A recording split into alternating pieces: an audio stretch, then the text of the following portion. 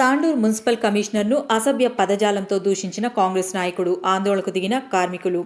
Vikarabad Tandur municipal కార్యాలయం ఎదుట కార్మికుల ఆందోళన. కాంగ్రెస్ పార్టీ పట్టణ అధ్యక్షుడు హబీబ్ లాలా మున్సిపల్ కమిషనర్ విక్రమ్ సింహారెడ్డిని అసభ్య పదజాలంతో దూషించినందుకు నిరసనగా మున్సిపల్ కార్యాలయం ఎదుట ఆందోళనకు దిగిన కార్మికులు.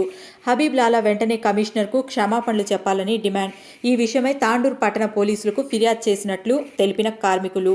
సమస్యను తాను పరిష్కరిస్తానని, కార్మికులంతా విధులకు హాజరు కావాలని ఫోన్ ద్వారా కార్మికులను కోరిన కాంగ్రెస్ ఎమ్మెల్యే బుయ్యని మనోహర్ రెడ్డి.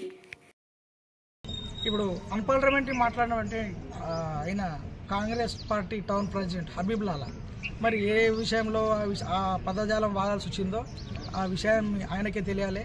ఆ విషయానిపైన ఆయననే క్షమాపణ కోరాలి. కాంగ్రెస్ పార్టీ టౌన్ ప్రెసిడెంట్గా ఉంటూ ఈ విధమైనటువంటి దౌర్జన్యం చేయట మంచిది కాదని చెప్పి హెచ్చరిస్తున్నాం. ఎవరిని దూషించారు? కమిషనర్ను అమర్యాదగా మాట్లాడినందుకు మా మనోభావం దెబ్బతిని మేము ఈరోజు తాత్కాలికంగా బ్రేక్ చేశాం విధులను.